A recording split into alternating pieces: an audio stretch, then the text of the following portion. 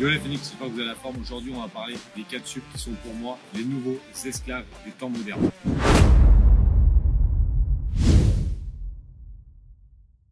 Du coup, il y a quelqu'un qui m'a contacté sur Instagram et il m'a expliqué qu'il était un ancien directeur commercial dans une grande boîte et que ses journées, elles commençaient vers 7h du matin et se finissaient vers 21h et il bossait également le week-end et souvent pas mal de soirs. Et au final, quand il fait le calcul, il gagne moins que le taux horaire, donc moins que le SMIC. Et il me disait, j'ai pas le temps de vivre parce que il a eu une fille, par exemple, il la voyait quasiment jamais, il pouvait pas la déposer à l'école, il pouvait pas la chercher à l'école, il pouvait faire aucune activité. Et c'est ça, quand je parle d'esclavagisme de temps moderne, c'est qu'au final, ils sont à la merci de leur activité, merci de leur grosse boîte, et au final, ben, c'est juste un petit rouage dans un énorme bateau, entre guillemets, et c'est ça qui pose un vrai problème, puisque cette personne a fait un burn-out et a profité de ça pour arrêter et donc demander une rupture conventionnelle, une RC. Et ça, il faut savoir qu'il y a énormément de cas de sup qui nous ont rejoints pour développer leur activité sur Internet et principalement dans la vente sur Amazon.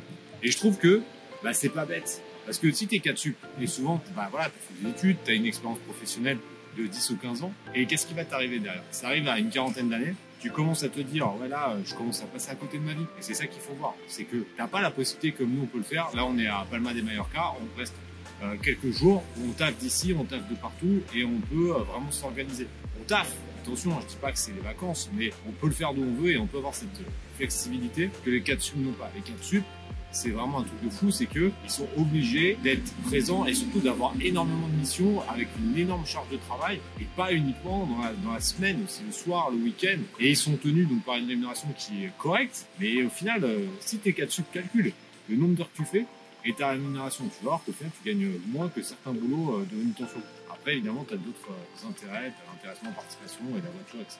Mais c'est pas le plus important dans la vie. Et nous, on le voit, les personnes qui ont cette expérience-là, qui ont une dizaine d'années d'expérience plus des études, c'est relativement facile pour eux de passer du côté entrepreneur. Mais pour ça, il faut évidemment le vouloir et il faut comprendre quels sont tes pourquoi. Et c'est une question que je te pose si tu es cas de sup.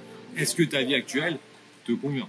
Tu peux le mettre en commentaire. Si tu rates cette vidéo, c'est que certainement, tu n'es pas loin du burn-out, tu es peut-être dans le bore-out, c'est-à-dire dans l'ennui, c'est-à-dire que tout ce que tu fais, c'est tout le temps la même chose et tout, tu commences à en avoir marre. Et surtout, il ne faut pas oublier que tu es juste un petit rouage et que avec tes compétences, tu peux devenir ton propre patron et gérer un truc assez gros au final et qui peut te permettre d'avoir cette liberté. Alors après, tu fais ce que tu veux, mais en tout cas, je sais que les membres qui nous ont suivis et qui étaient dans ton cas sont passés à l'action et maintenant sont libres de pouvoir s'organiser comme ils veulent.